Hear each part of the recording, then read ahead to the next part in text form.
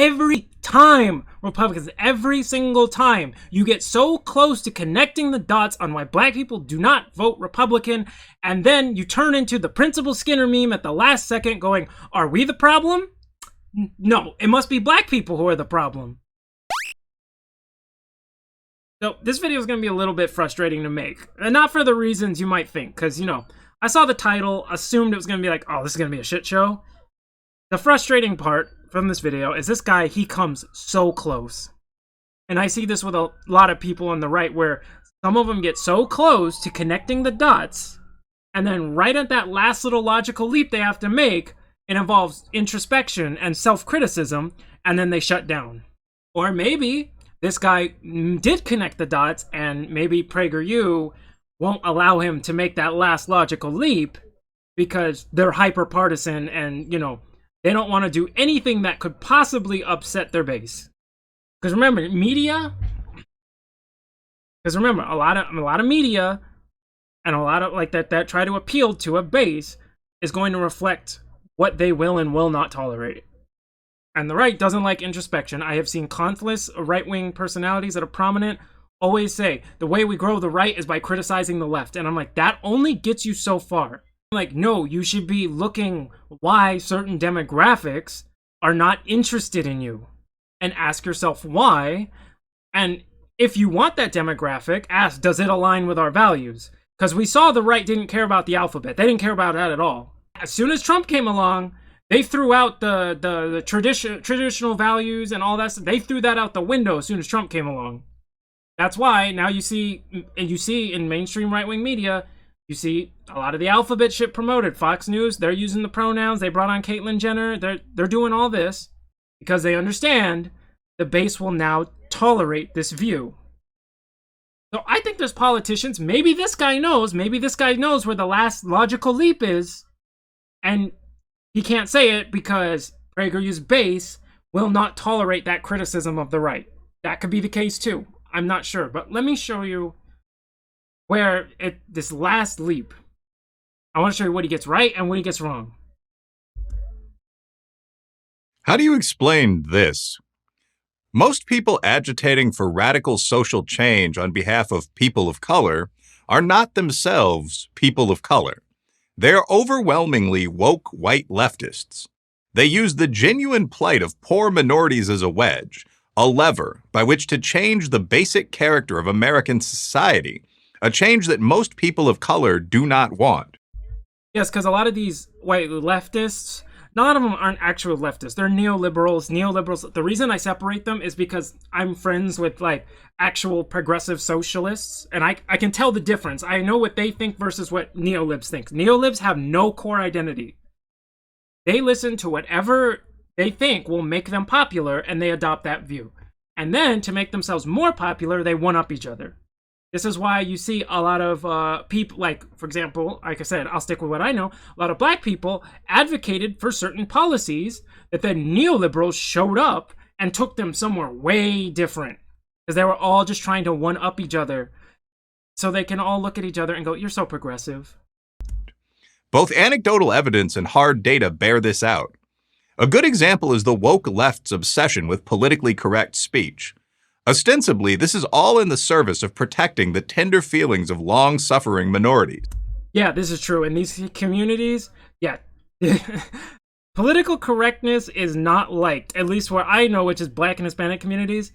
Political correctness is not well liked. When I'm with my friends, when I go down to Crenshaw to see some of my friends, I can't talk the way, you know, we talk on YouTube. I will get banned for that. So yeah, we generally don't agree with this. Now, and we're going to get into this in a minute, now you go, okay, so they advocate for things, you know, people of color, I hate that term, but don't like.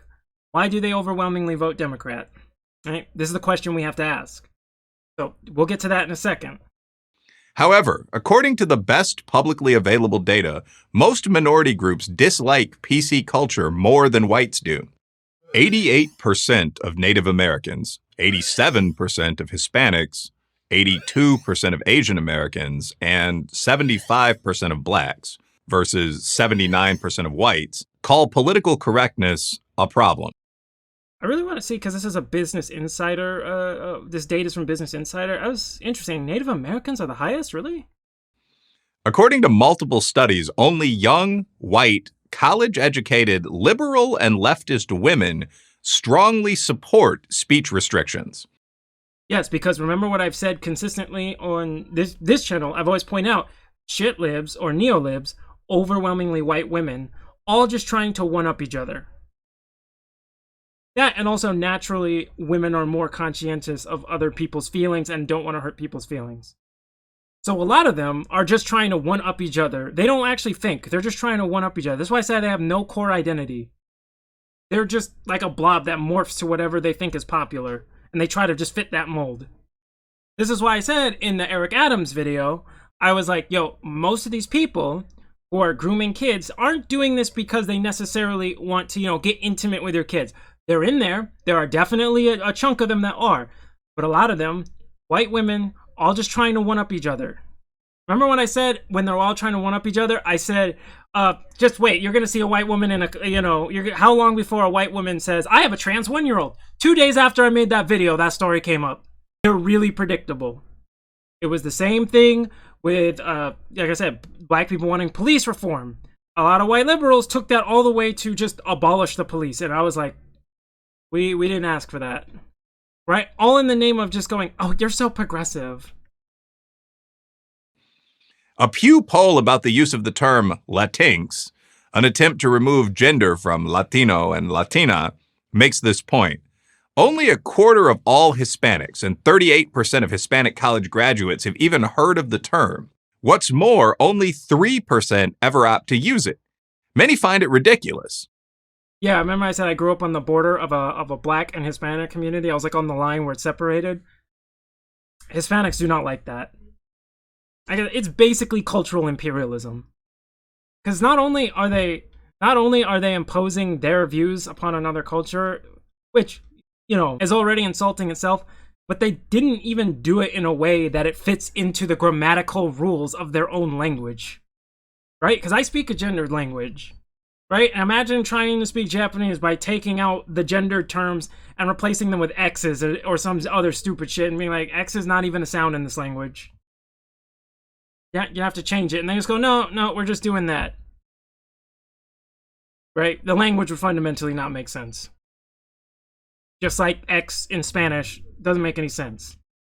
If anything, the pattern here is one of white leftists telling Hispanics to speak in a more woke fashion, and Hispanics refusing to comply. This turns out to be the rule, not the exception. Defunding the police, a left-wing cause celeb for much of 2020 and 2021, is another case in point. A study conducted by Gallup found that 81% of Black Americans want the police presence in their neighborhoods to either remain the same or increase. Only 19% of Blacks favored any decrease whatsoever in police presence. Yes, very good. Now, why is that? Because do you think we agree with remove police? No, the argument from Black areas were we need to address police overreach in power. They're saying we want to address qualified immunity. We want to address no-knock raids. We want to address police abuses that go on, not remove the police. Abolish the police was something that showed up from a bunch of, like I said, white leftists who were like in rich suburban neighborhoods.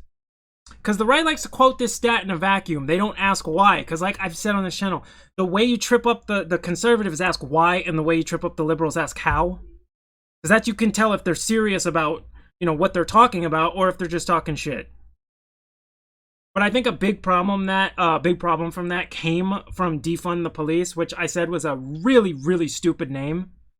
I understood the concept of all, like I said, the concept was relieving police of stuff they are not trained for. So they were trying to put less stress on police, but neolibs showed up, heard defund the police, and then from there they're all just like, let's just one up each other to abolish police completely. That's why I always said neoliberals suck. They're like the worst. That's why I said they're one of the worst things in this country. Because anytime there's a movement they can latch onto, they bastardize the hell out of it until it's basically pointless. It's absolutely ridiculous, and it's a parody of itself. No wonder. As empirically minded scholars have long pointed out, anti-police and soft-on-crime policies tend to dramatically increase crime rates in urban minority neighborhoods. In 2021, 12 major cities broke previous homicide records. Meanwhile, the number of arrests nationwide plummeted 24% in 2020 to the lowest in 25 years, according to FBI data. Then there's education policy. Yeah, again, and it was because these issues were not addressed as the people in these minority neighborhoods wanted them addressed, because neolibs completely changed what was asked, and then conservatives respond to the neoliberals. They don't respond to, like I said, they don't respond to black communities. They respond to neoliberals who say they speak on behalf of black people. That is a different thing. And this is how conservatives get these weird, skewed views about, like, black politics. Because it's always filtered through neolibs. Like I said, and white neolibs love to find black people who agree with them and make sure they make them the face. And go, see, they agree with us. When in reality, we're like, what the fuck? Y'all crazy. On charter schools labeled racist by many liberals and leftists, data show another significant split. Blacks and Hispanics, especially parents, favoring school choice, white liberals and leftists opposed.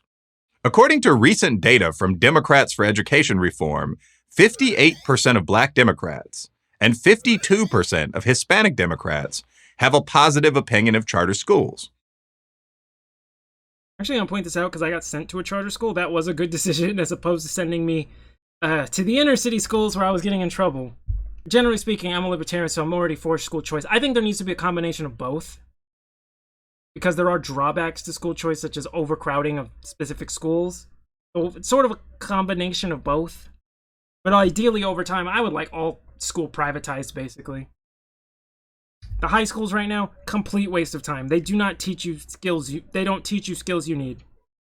I'm just going to jump ahead because I've already gone over what you need to know for school choice, basically. Black and Hispanic citizens do not show much enthusiasm for cancel culture, for pulling good and mostly minority cops out of their neighborhoods, or for depriving their kids of a sound education in service to woke white notions of equity. Okay, so now the question remains, why do minorities vote Democrat, right? Now we have to ask ourselves this question, and we have to start thinking. All right, so let's think it through. What could be the problem with why, despite how bad Democrats are, this keeps ending up happening? Let's see if you can figure it out. There's an excellent reason for this.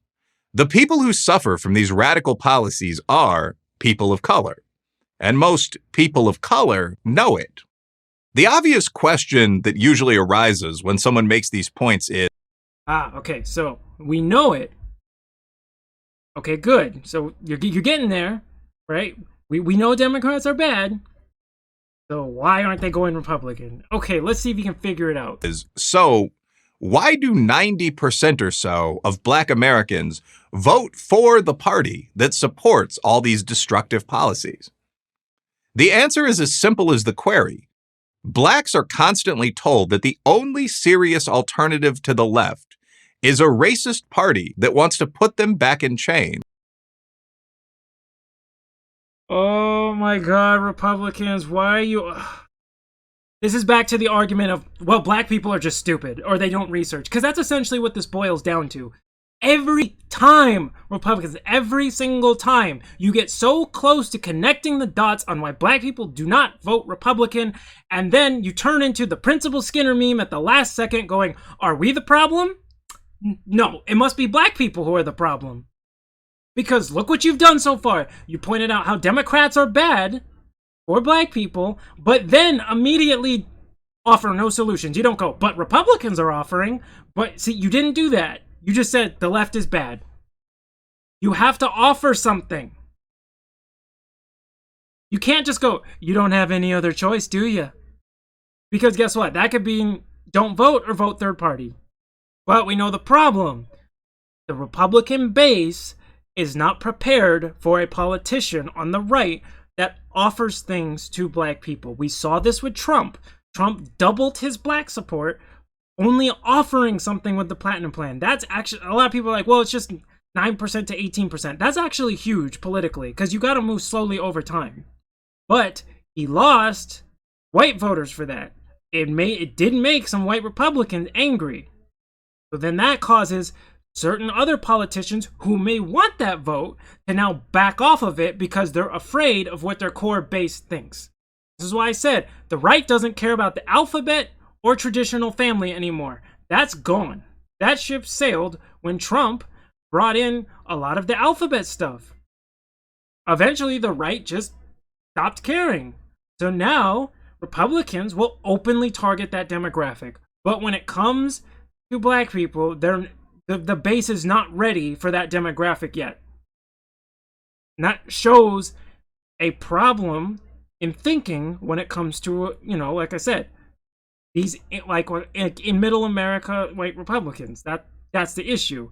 I'm not calling you bad people. I'm not saying, you're deplorables or anything. I'm just saying maybe think about it a bit.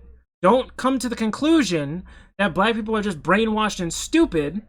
Maybe think, hey, maybe our messaging is the problem. Maybe we need to reach out more.